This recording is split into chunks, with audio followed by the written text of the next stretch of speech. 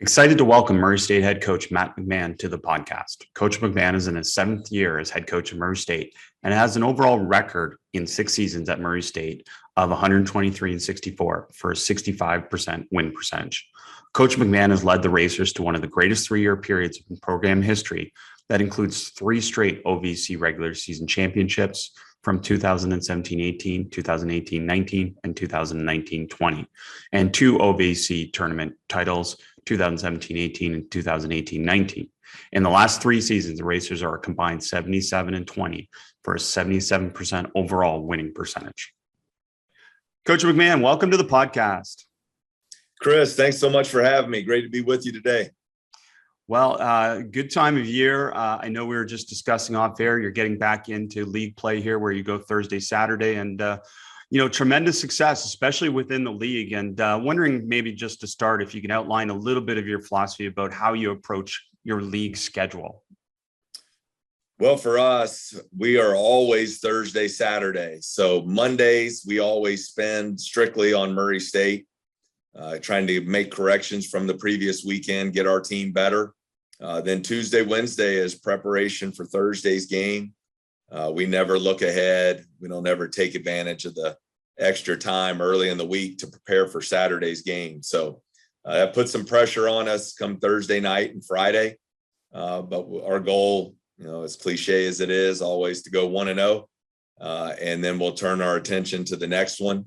So Friday, usually when we have a mature team, we try to be pretty short and limited in our contact on Fridays. And put all our attention toward preparing for Saturday's opponent. And then Sunday's always an off day, which works out well, not only for players, but coaches also. Absolutely. And your family and everyone's families as well. So, Coach, this is great because we're going to get into some in-game coaching, a little bit of philosophy and the tactics that you might use. And this builds nicely into that concept. Maybe particularly talking about first empowering others and how you use your staff or your players to help you prepare. And you already talked about it, a really short turnaround to the second game. So do you have a staff member that's working ahead? And then I'm wondering do you ever look ahead in terms of the scout and preparation for that next game? I do not personally ever look ahead. I'm very fortunate. We have a great staff. They do a tremendous job in their game preparation. So that whoever's in charge of that scout, they're way out in front. I always tell our assistants, they end up, the way we divide it up, about 10 scouts a piece for the year. And I want them to be an expert on those teams. They should know those teams better than those teams know themselves. And then it comes down to the meeting time we spend as a staff of really breaking down and simplifying what we want to deliver to the players. Because at the end of the day, it doesn't matter what we know. It matters what our players can carry over from the scouting meetings and the practices and carry over to the game floor. So, really fortunate to have a great staff. They do a tremendous job and really simplifying and giving the players the personnel, offensive, defensive, and special team keys that we need to be successful. And then when you get into the in-game part of it, I imagine I know the answer a little bit, but in terms of empowering your staff, do you make all the decisions? And then if not, what type of decisions are you empowering to your assistant coaches? Chris, I think it's a great question. And I think it has to be done with intentionality. I think if you don't divide it up, if things aren't very specific in our duties, you end up with, regardless of how many people you have on your staff, everybody watching the ball for 40 minutes. And it's not a very efficient way to make in-game adjustments, make changes at halftime. So I really look at it as kind of like a football program, offensive coordinator, defensive coordinator, special teams coordinator. And then we're fortunate to have support staff here, some positions we've been able to add the last few years. One of them's in charge of rebounding. That's all I want them to care about and focus on during the game. Because I think if you do it, just, hey guys, give me some suggestions as we go along. Well, everyone's just going to watch the ball. Well, if we're setting a stagger screen on the weak side, I can't see everything. I want to know how the first screener's defender is guarding it. and what do we need to do differently to take advantage of that. And so I guess the final piece of that is I have one coach who's in charge of bringing the substitution suggestions to me. I want everyone involved in that, but what I don't want is the games going on and I got 4 guys over there yelling at me, hey, put Johnny in, put Ryan in. One guy, one voice brings those, they communicate amongst themselves on the bench and bring that information to me. And I think that's a big thing. I want there to be great communication and chemistry amongst our assistant coaches. And I think our guys do a great job of that. You get to these timeouts, you don't have much time. So I want them to hit me with 1 or 2 quick points, and then we take those into the timeout huddle and make the corrections that are necessary.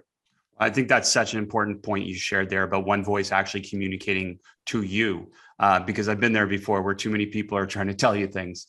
I'm curious then, do you empower your players to be able to communicate to your staff as well during games about what they see, and then that can come to you as well? I think it's so important, Chris, and that's ultimately what I want to get to in the relationship with our players, to where it's a partnership. And once we get, and we've been really blessed, we've had great players, but, and I want to give them the freedom to make plays, also to make suggestions on the court. But the second piece of that is they have to be all in. They have to be bought into the culture of our program. There has to be a trust between myself and that player. And I think that's the fun part of coaching, when you get your relationships with your players to that point. I always speak about John Morant. What a great learning experience it was for me, because he saw things out there on the court that I would have never seen. He was a basketball, or is a basketball genius. And, so during those free throw situations, for him to come over, hey, coach, we need to change this ball screen angle, or, they're looking to hedge this pin down. Let's look for the slip on this next action, or whatever it might be. Those are things I wouldn't have seen over the course of a 40-minute game. And so I think that all starts, though, with your ability to build relationships and trust with your players. Well, and to that point, as a coach, it's impossible for you to remember and process everything that's going on as well. So I'm wondering, do you have a coach that writes down your comments during the game as well? Because I know sometimes that's hard to remember some of the things that you say. I have our video coordinator sits right behind the bench, and I don't know that I ever see anything that important, but I occasionally I'll make sure we make a note of this for the next time out. But I don't have anyone keeping a running log or anything. My words certainly are not that important. I'm sure they're more important than you think. And, with that, then how different is your communication plan that you just outlined from that to a practice? Are there some similarities to that in practice you want one voice to communicate to you as well?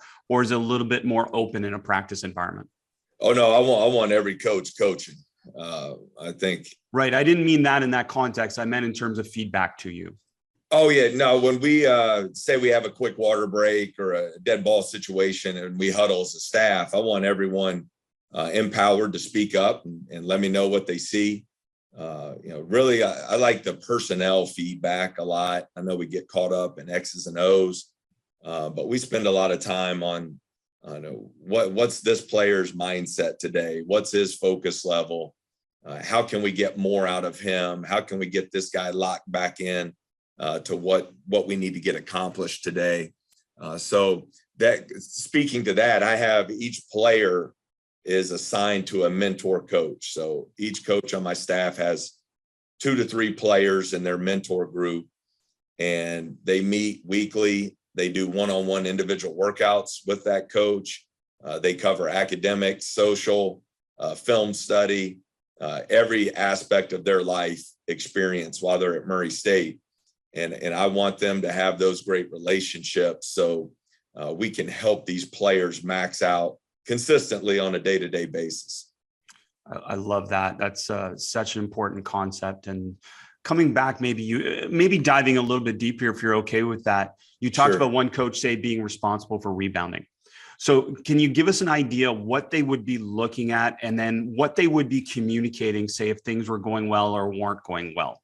For example, we're at Auburn the other day, one of the best rebounded teams in the country. So he is charting our missed hits, as we call them, missed box outs.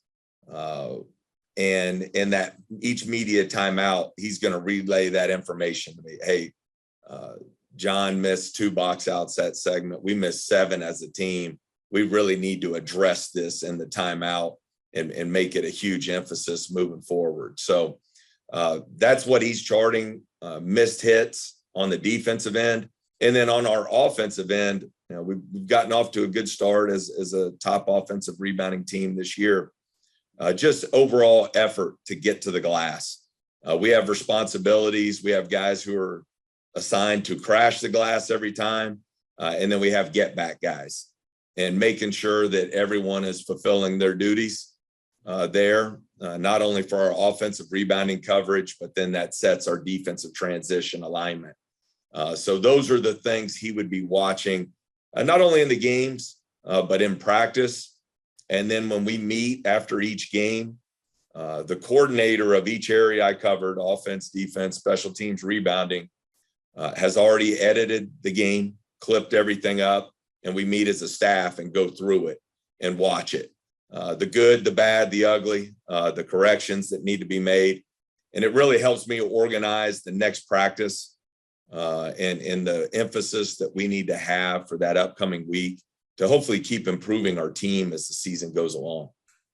Well, it's such great insights, Coach. I mean, there's so much information flying around nowadays. To have this organizational and communication plan is so important. And coming back to you then more specifically, because you talked about some of your assistants, what they'd be looking for in a game. And it's somewhat obvious that you should watch the game, but what specifically are you watching? Really, I'm just trying to see, for us, it starts defensive transition, making sure we're not giving up anything easy there, so we can at least set our half court defense and hopefully make the other team earn everything they get. On the offensive end, how are they guarding our ball screens is a big key for me, because that kind of changes how we want to proceed with our game plan. What are they doing? We're very fortunate. We have a player this year, Tevin Brown, who moves without the ball like a Rip Hamilton, Klay Thompson type. How are they guarding him off these multiple actions that we're setting for him, so we can make any adjustments there? Really just, what's causing us problems on the defensive end of the floor. But those are the main things for me. But I would say the number one thing is always where is our level of effort? And I always want us to be a team that our identity is that we're tough, that we compete relentlessly, and that we're very unselfish. So always, I got into a few specific things basketball wise, but the core for me will always be what our culture is and what we've built our program on, and making sure those things are evident out there on the court. That's awesome. I want to come back to effort, but first let's start with the example you gave in terms of ball screens, and then more going a little deeper than that. What cues are you watching for that would trigger a change or response, let's say in your ball screen coverage? We played a very good James Madison team down in Florida, and I thought they did a terrific job in the first half of icing our ball screens, really loaded up to the ball side and made it difficult on us. It kind of tricked us into taking some pull-up, contested 17-footers, a lot of low percentage shots in the first half. And so we were able to go in at halftime and make some changes there to what we wanted to do. Got away from a couple of our ball screen actions, went to some more regular just screening, pin downs and staggers and flares. And then we're able to come back to the ball screens, different angles on the floor, some different cuts on the weak side to try and open up more space and get more paint touches and more rhythm catch and shoot three opportunities.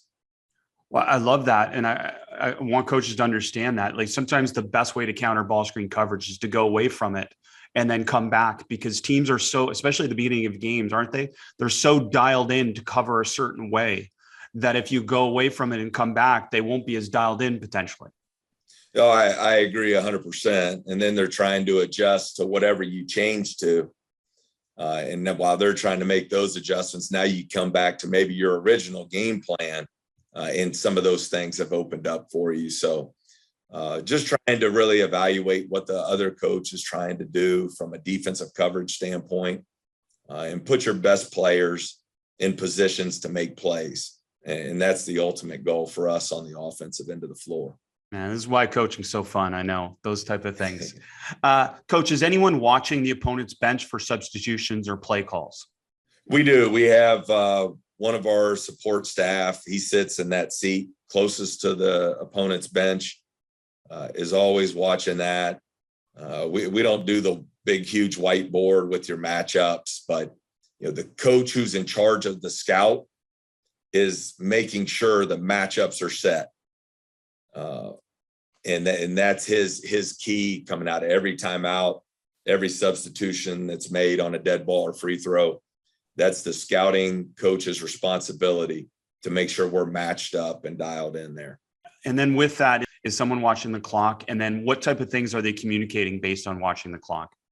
Well, I always want to know, in the college game, we have the use it or lose it timeout in the first half. So I always want to be aware of that. Any 2-for-1 situations that present themselves at the end of a first half, always want to be aware of that. And then we have some guys on our team that I'm just a big believer. I want my best players on the floor as much as possible.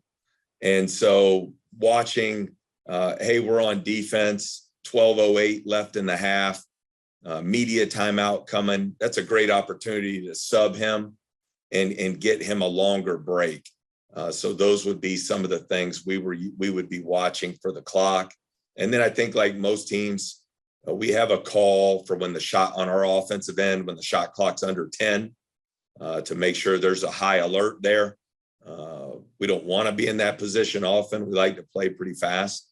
But when we are there, want to make sure everyone's using the same terminology to alert the players on the floor that we're under 10. Great stuff. And is someone watching your bench?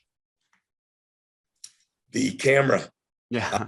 Guy. Always I think it's important, when you're trying to build a program and you want your culture to be right and you want everyone to be about the team and everyone to be about winning. I think everything matters.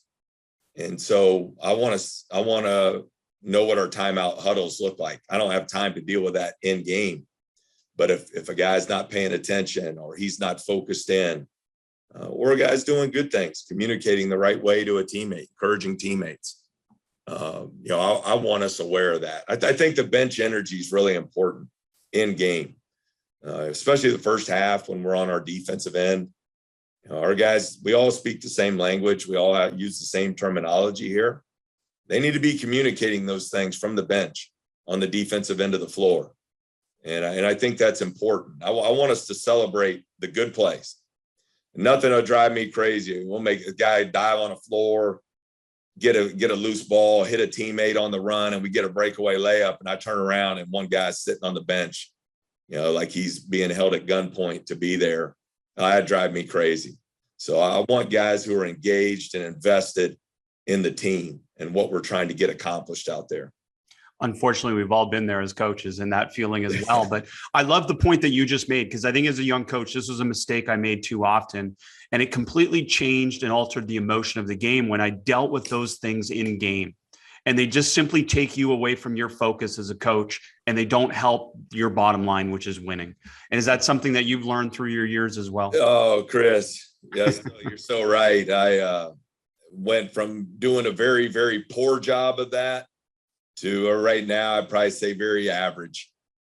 Still a lot of room for growth there for me. I have a hard time letting little things go that to me are not little things, but really just trying to stay focused on the game. And luckily, I got a couple guys on our coaching staff who know me well, and they try to handle those type of things before it gets to me, and then try and keep me on task. I have a hard time letting those things go, but it is so important to stay focused on what impacts winning during the course of the game. Every coach in the world is nodding their head that's listening to this, coach. We're all the same. Because, I mean, you said it, everything matters. So I know you're conscientious about everything that you do. So I'm curious, do you have a plan for where you stand or where you're most often communicating as a coach during a game? I don't. I like to stand. I like to move around. I can't sit there and watch the game. So I enjoy just moving as the game. I don't have any plan or theory to it. But I like to watch the game. And, I think early in my career and, just over coaching, trying to coach every pass, every possession, even at times trying to officiate every play. And just, I enjoy being able to just watch the game and try to process what's going on, make some adjustments as necessary. I want to really challenge our players in practice and push them. In the game, I want them to go play. I don't want them looking over to me after mistakes or missed shots. I just want them to go play with great confidence and know that they have my full belief and trust on the floor. Well, and that's great because that's going to be a segue into what we talk about next, which is your communication plan in game to your players. But let's just circle back a little bit to effort first, because you've talked about the little things and all these things that matter. When you do have a challenge with one of your players with effort, how are you dealing with that in game? Is it a question of a substitution, a communication? What's happening for you? Well, if we feel the effort's lacking, you have to sit down. I don't know any other way besides kicking a guy off the team, but that's certainly not the goal. So we've been fortunate that really the majority of my time here, the culture and accountability that the players have for each other, that they would never take the floor and not give maximum effort. But if for some reason we see that, I think you have to come sit down and we have to have a brief discussion what's one thing we do when you sub out of the game, you can go tag your teammates and get something to drink, but then you come and sit down next to a coach. You're not going to the end of the bench and pulling your shirt out and complaining and all that. You come sit down next to a coach to get your encouragement or to get any corrections that need to be made. I think that's really important.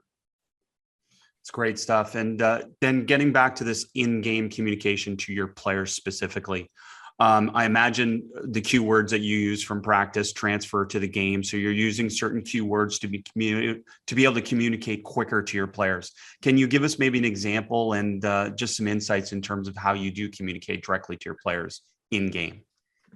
Well, I think in the flow of the game, there's not much. From a communication standpoint, I think there'll be some things that I might see, and I will turn to the assistant coach in charge of that area to make sure the guards understand what's happening on this ball screen coverage. And I want them to communicate that with the guys who are going to be going into the game from the bench. And then obviously your timeouts, we're big on dead balls and dead balls and free throws. Get to your huddle quickly. I want my 5 players on the floor to huddle quickly so we can give them the call or any brief, quick instruction that they might need. And then I think, then it's timeouts. How do you best take advantage of that? If I go into a timeout huddle and go over 8 things, I just wasted my time. I want to come into the timeout huddle, trying to hit them with something positive first, something we're doing very well. And then cover 1, maybe 2 things that have to be corrected. And I think you start giving more information than that, no one's going to hear it. No one's going to process it, and certainly won't carry it over to the game floor. So try and be short and sweet and very direct to the point. I think overall, Chris, just as a program, and I've talked to our staff about this, there are 3 things I have to do. Number 1, I have to provide simplicity. I want to simplify everything we do. Terminology, systems, practices, so on and so forth. Then number 2, I have to provide clarity. This is how it needs to be done, very specific and to the point. And then the third thing is intentionality. Got to be intentional on how we try to build these players and build our program. And so I always try and come back to those three things: simplicity, clarity, intentionality. Love that. Love that. Very specific plan for you to adhere to. And another challenge that goes with that is the deciding whether it's a group communication or an individual player communication. Like, is this something that's happening to just one player, or is it happening to the group? And then if it is happening to one player, is it important for everyone to know, or is it just important for that one player to know? And I think as coaches are listening to this, they know the complexity of what we're talking about. It's a great question. We're dealing with different personalities, different upbringings, different ways of being motivated amongst players. So I think it's very important. That's why we always come back to the relationship piece. How do I communicate best with this player? Some guys you can go after and challenge more so than others. Some, if you challenge them in front of the group, their night is over. You'll never get them back. So that has to be a one-on-one conversation. And I think just knowing your personnel the best way. But ultimately, if it's something that impacts the team, then that point has got to be discussed in the timeout right away to me. And so the tone, the messaging, very important, and how you deliver to keep your guys with you and aligned. Another thing I struggled with and got better at balancing was this: as a coach, we're really good at being able to recognize what's wrong or what can be better, and not as good sometimes at telling players what they're doing well and we want repeated. And I'm wondering if that's something that you've focused on, or something that you've kind of have some insights into, helping us understand how to do a better job at helping players understand what we want repeated. I think it's an area I've gotten better. I think early in my career, did a really poor job of that. Just focused on the mistakes and what had to be corrected. Want to really reward the guys who are doing what you need done. Reward the guys who are giving maximum effort on the floor. Reward the guys who are unselfish and all about the team. Whenever I get a chance to reward the guys who come to practice every day, and you know exactly what you're going to get, even if they're not in your top eight or nine rotation. I think you want to emphasize the behaviors you want repeated. And so we always talk about it as a staff. When there's a guy giving unbelievable effort to the offensive glass, that needs, just like you would blow the whistle because you're upset someone didn't get over there to take the charge, you need to blow the whistle and celebrate this guy who just got 7 offensive rebounds in the first half of a game, or whatever it might be. And so, still an area I have to keep growing and keep improving. But I think you always want to reward and celebrate the behaviors you want repeated on a consistent basis. Yes, absolutely. Love that. Players on the bench, coach, what are your expectations for your players on the bench? And the main reason I ask this is, I know we want 100% focus, but the reality is players cannot be 100% focused all the time. So, and this is one of those little things that kind of annoys us as coaches, but probably shouldn't when players aren't 100% focused on the bench. But I know probably you've outlined the expectations for them. So what are the expectations? I think invested and engaged in the game would be where we start. We use the word, like I'm sure most programs, energy. I mean, we've all been around a guy who brings energy to the team. It's contagious. Unfortunately, we've also been around a guy who's just an energy drain, sucks the life out of the building every day. So that's where we start on the bench. I agree with you on the focus part, but before you can be focused, you got to be invested and you got to be engaged in the game. I don't mind getting a bench warning from the officials because our players were too loud or too active or celebrating great plays too much. I encourage that. And then I think the next piece then becomes you're focused and watching the game and seeing where you can make an impact when you get into the game. And because that's one challenge I think for bench players. You maybe it's part of the hypocrisy of coaching probably, but you're held to a different standard. You don't get to go into the game at the 14-minute mark and take 3 warm-up shots and trot up and down the floor a couple times to get into the flow of the game. I hate when people say that. you go to that scorer's table, you better be ready to go into the game and make an impact right away and be dialed in. And that's just the reality of coming off the bench and how it has to be done. Absolutely. And, the bench warning is actually a win, isn't it, for you? And, we want that bench warning at some point in a game. Well, the fifth core value of our program is joy. And I think, these players work, majority of them work almost every day, 330, 335 days a year to get to game night 30 times. I mean, you think about that. You spend out of a 365-day year, you get to play 30 nights.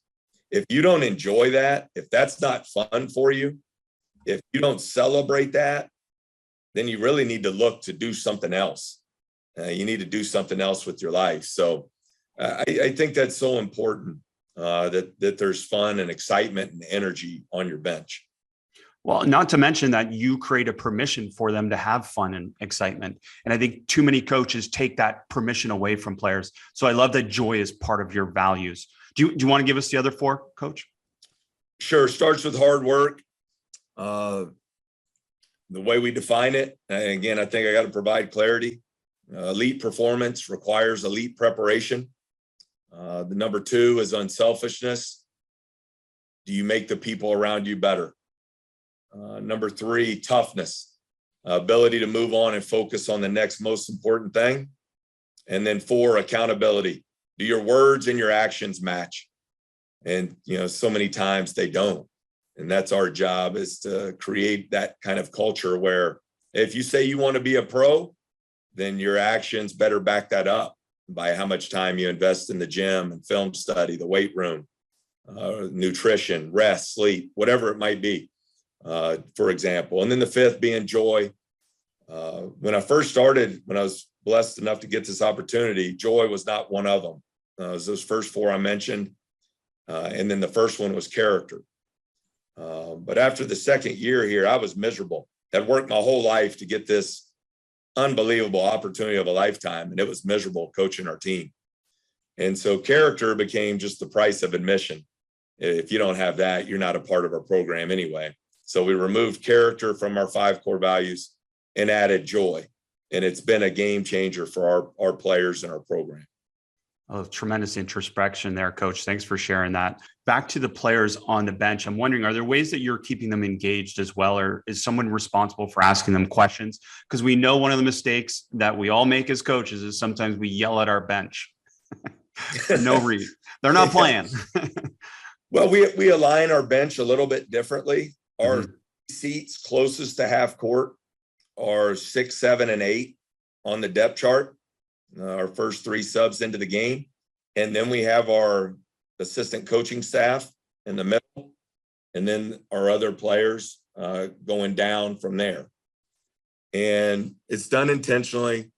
There's communication. It allows our coaches to communicate with players on each side of the bench versus being just 5 coaches up toward half court and then all the bench at the end, or the players at the end of the bench. I want there to be constant communication there. I talked about when a player immediately comes out of the game, he goes and hits up all his teammates, gets his water, whatever. He comes and sits down next to his coach and gets the information that he needs. And then I always want the offensive coordinator, defensive coordinator, special teams coordinator communicating to the players on the bench during live action, making sure we saw this thing that's being done well or this mistake that needs to be corrected. Cool insights there about actionable plan. And you talked about coaching during live play, which you don't do as much as obviously during stoppages in play. But I'm wondering then, is there a mechanism for you or someone to be able to help players refocus on the court, either through some psychology strategies that you've worked with or some other things? It's a good point. And I think it starts with our culture we talked about toughness and the way we define it, the ability to move on and focus on the next most important thing, whether that's you made a good play or you made a bad play. We got to move on and focus on the next most important thing. And hopefully we've instilled that enough because we're simple. I mean, I'll see great quotes, great YouTube videos. If it doesn't focus on those 5 core values, we're not sharing it with our players, even though it might be something I believe in and it makes sense. We try to be very simple. And so we drive home those 5 core values on a daily basis. And I hope we have our players trained to where we're in the heat of battle in a game and things aren't going well. Instead of imploding or falling apart, we come together as a team and find solutions. We were down 14 at halftime at Memphis a couple weeks ago. And I thought it really spoke to the maturity of our team. We went in at halftime. I challenged them a little bit. I thought we maybe gave a little too much respect and passed up some scoring opportunities that led to turnovers. So we made a couple adjustments, but the guys came out and we just started chipping away to start the second half. And we end up going 10 of 15 from 3 in the second half and get a great win on the road at Memphis for our program. And, I think that game wasn't won at halftime. That game was won with the work these guys have put in over the summer, the fall, the preseason, the understanding of how we define toughness and how we need to move forward. We've already had 3 games this year where we've come back from double-digit leads to win. I don't want to keep getting in that position, but I commend our players for having the toughness and the ability to come together in those adverse situations and find ways to win. And so I hope that's something as a staff we're instilling on a daily basis, because ultimately that'll carry over to life. I think we all know that. Well, Coach, we can tell so much of your program success and your success is just, it keeps connecting back to simple. And that's awesome to hear throughout this podcast, and obviously the communication that you have as well. I'm wondering then, in game, have you spent time with your players on teaching them what to say in game to be able to help each other or cue each other, whether it's about opponent scout or specific things for your team and what you guys are communicating? Chris, I think you have to be intentional there. We're in an era, and it's not a complaint. It's just an era where people communicate via text, via social media. Face-to-face conversation does not happen as often, especially in adverse situations. And so if you don't help prepare your players on how to handle that, I think it can implode on you in game. Because no one wants to be criticized, and you have to be able to handle that type of communication to have success at this level. And so we try and put them in adverse situations in practice. I know everyone says it, but I want our practices to be a lot more challenging than the games. If you're going to quit on us, or if you're going to fall apart when things get tough, I'd rather find out on the practice floor when no one's watching, than on the game floor in front of 9,000 people out here. So I think that's all in how you build the program. But I do, there have been times where I'll have to stop practice and say, hey, that's not how we communicate with each other. You have to be able to talk to each other like men, like grown men. And we all got to understand how we need to communicate, especially in the heat of the moment, because, we only have so much time out there on the floor to convey our message, whether it's player to player, player to coach, coach to coach. That's where we always come back to the simplicity and the clarity and the intentionality. Well, and as you already referenced, you're going to deal with adversity, and your players have done a great job this year. And clearly they're applying that strategy in some way. As a cliche or a general rule, as a coach, you generally coach opposite your player's emotional state. I'm wondering, is that something you adhere to? Is that something you believe in? Or is there another way that you approach in-game coaching? I have to watch myself, because I'm just passionate, emotional on the court. I mean, I love what I get to do. I still can't believe I get to wear shorts and T-shirts to work every day and coach college basketball for a living. It's still amazing to me after all these years. And so like most coaches, you're a competitor and you want to win. But I think the tone of the messaging, when you can really challenge a player and get in their face, when you need to pat them on the back, are all things as coaches we're always trying to work on and improve, because ultimately the goal is to get the maximum amount out of our players and help them max out on the floor. And if they're in a bad emotional state because you ripped them because they turned the ball over 3 times, that's not going to be good for the player or the team. And so just trying to be very conscious of how we communicate and knowing your players. I have certain guys right now where it doesn't matter. You can say whatever you want to them. They're going to hear the message and move on. Got other ones, if you don't use the right terminology or the right tone of voice, you might lose them for 2 days. And so I think just being very intentional there on knowing your personnel and how to best communicate with them. And then all this in-game coaching comes back to a little bit of this, and not talking about TV timeouts, just timeouts that you trigger. What are some triggers or some cues that would cause you to trigger calling a timeout? A lack of effort, giving up a layup in transition because we're trotting down the floor. Just think of the ones we've used this year. Missed box outs leading to offensive rebound putbacks multiple times. And then consecutive turnovers, just where we're not getting a high quality shot. Momentum, I guess, if the other team's on a run. But I really tried not to use our timeouts. I want to have those timeouts for the last 2 minutes of the game, if we can at all possible. But unfortunately, there are times where you have to burn them. I see it more in the college game than at other levels. Is the coaches call, and I'm not sure if you do specifically, but coaches call timeout to set their defense after a made basket. And I've always been somewhat confused by that, having coached the FIBA game where you can't do that. I'm just curious your philosophy on that. Not a fan at all. Okay. Not a fan at all. The only time I would do that is if we scored was, say, 40 seconds left in the half. Clock keeps running in college, and we could call a timeout to make sure we get a 2-for-1. Okay, good example. That would be the only way. I see that a lot watching games on TV, and that's the one neat thing of coaching. There are a million ways to do it, but I'll see a team on a run and they hit a big 3 and call a timeout, and I don't ever understand why you would do that. Me neither, Coach. That's why I'm asking. So good to hear. Good to hear. Obviously, you have to let players play through bad stretches sometimes and all those different things that go with it. When you do call a timeout, how are you organizing the timeout? What type of organization do you want for your players? The 5 players who are in the game are seated in a little semicircle on the stools that so many people use.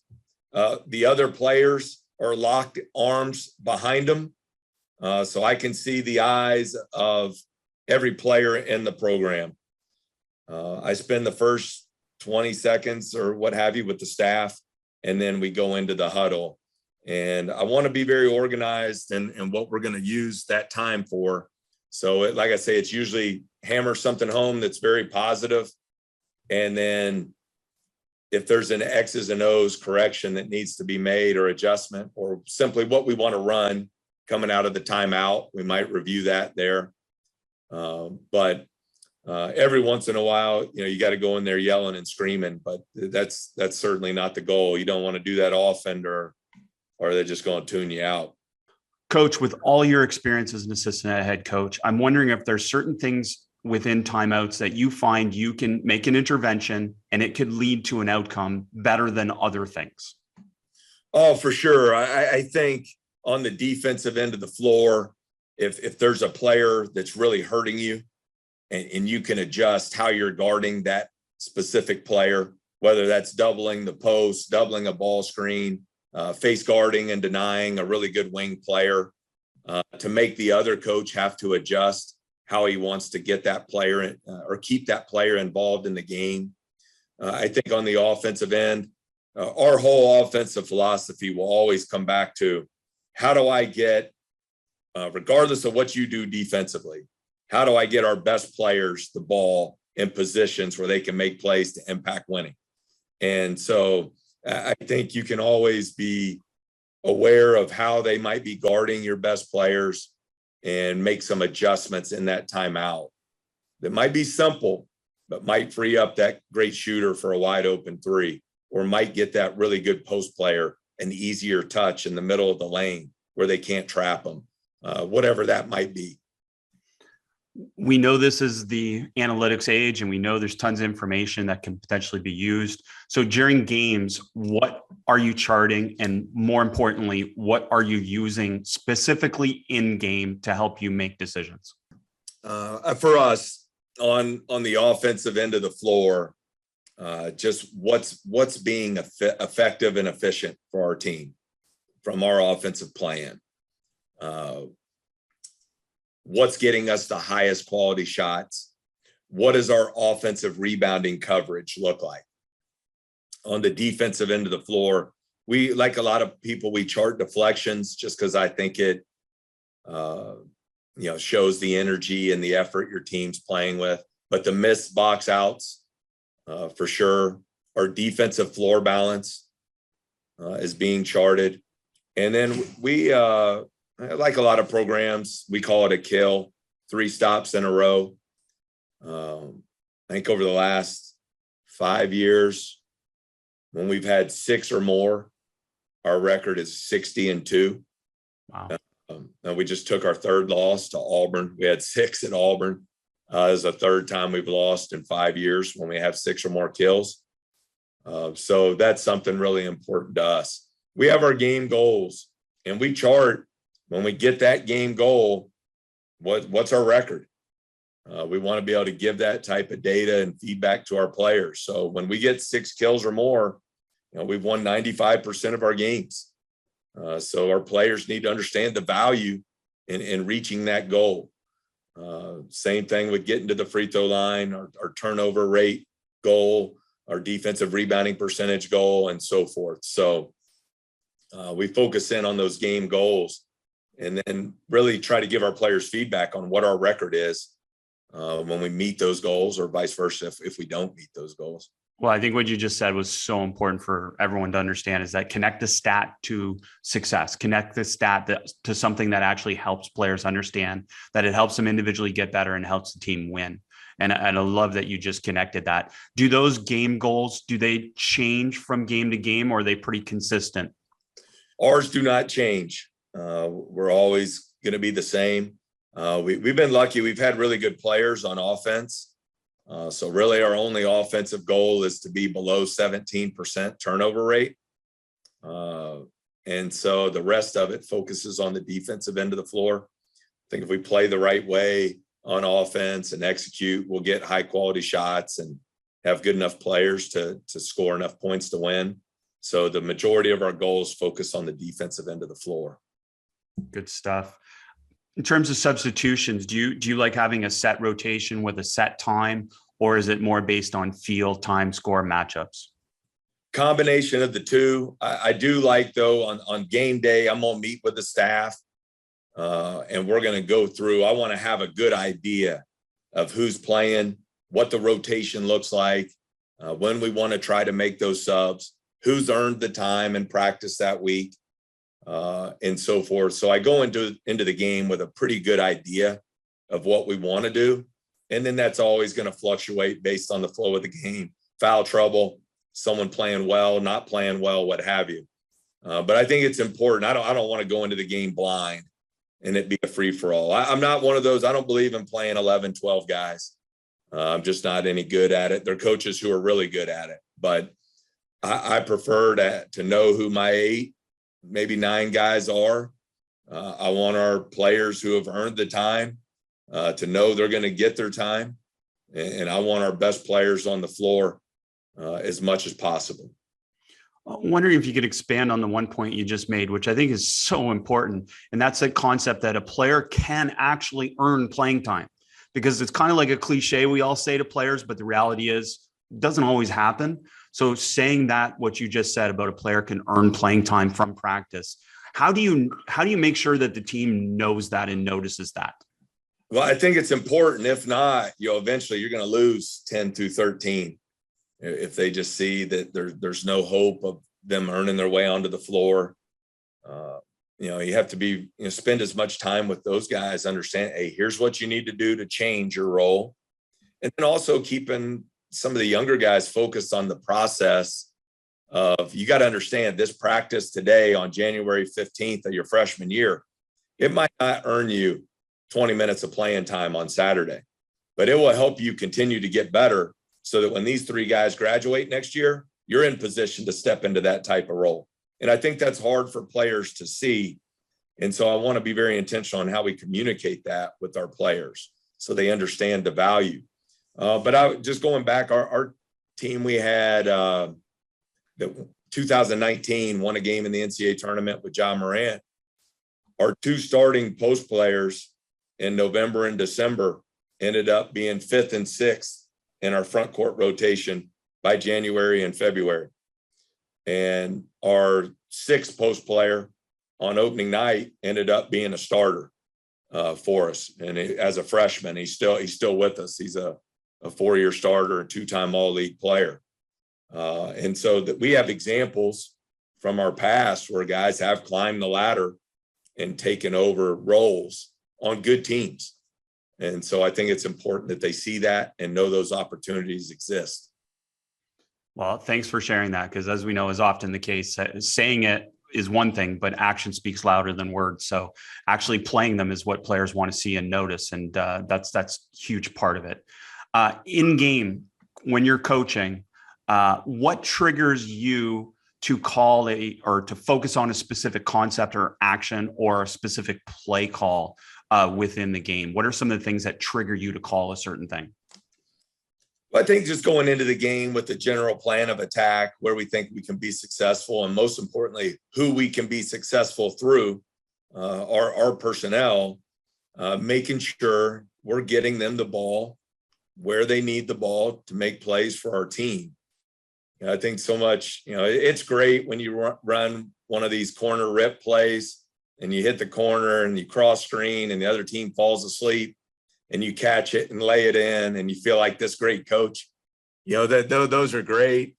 But when you go back at the end of the year and you track what percentage of your points came off of your neat play call, it's a lower percentage than we as coaches think.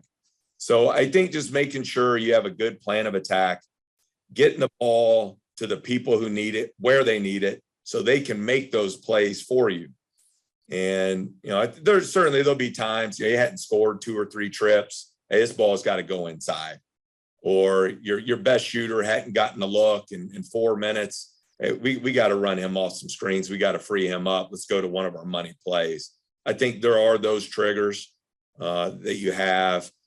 You're always wanting to know in tight games, those last 8 minutes, I don't want to be making it up on the fly.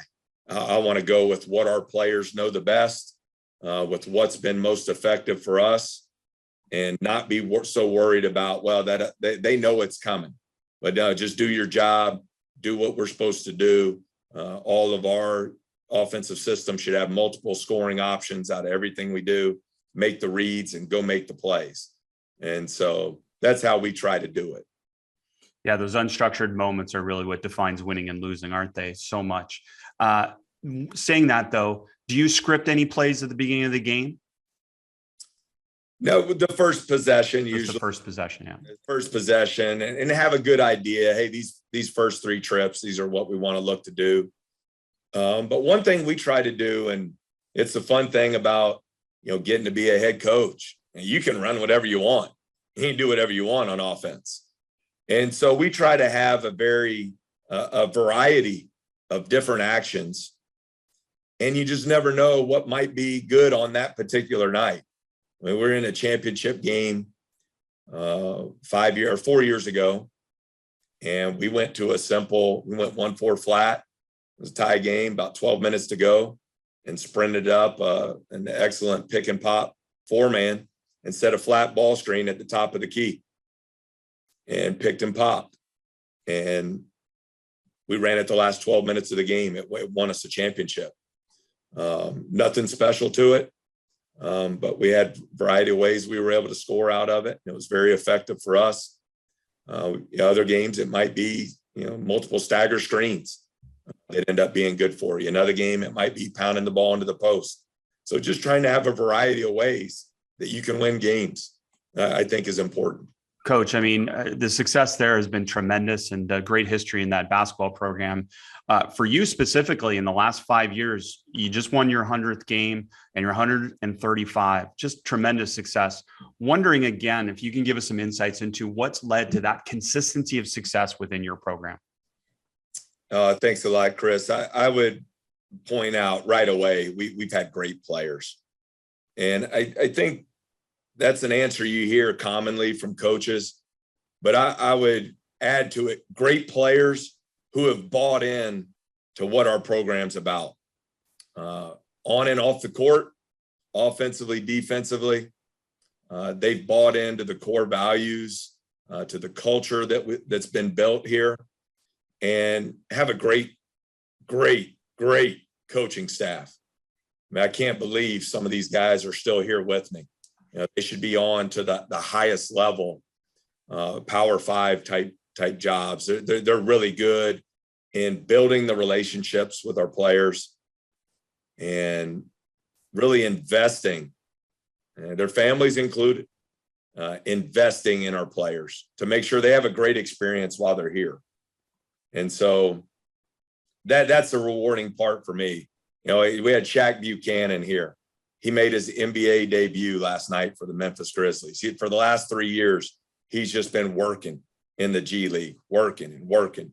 And you hope some of those values that were instilled in his time here have carried him through that toughness to just keep focused on the next most important thing while you're chasing your dreams.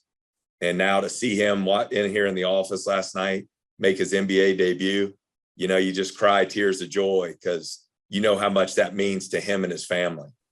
And so, at the end of the day, it comes back to people, Chris. We've been blessed with great players, players with great families. Always the families of players never get enough credit at the college level. It blows my mind how much they travel, the financial and time sacrifices they make to come watch their sons play. It's really inspiring to me. And at Memphis, we went at Memphis and we've got our players some of them had 40 to 50 people there at the game, and they're in the crowd celebrating with them. I mean, it's just, those are the memories. Those are the things you take away and carry with you the rest of your life. Awesome stuff. And I can't let you go, Coach, because I know people will be asking me, what are some of your favorite books behind you that you've read? Oh man, there are a bunch of good ones. You have a whole stack. I don't know if those are Christmas books or they're new ones you've read already. Some of them are giveaways to the players. I tell you one, as I tried to prepare myself to be a head coach, that I read that really made a big impact on me was Bill Walsh, the legendary coach of the San Francisco 49ers. And it's right. The score takes care of itself.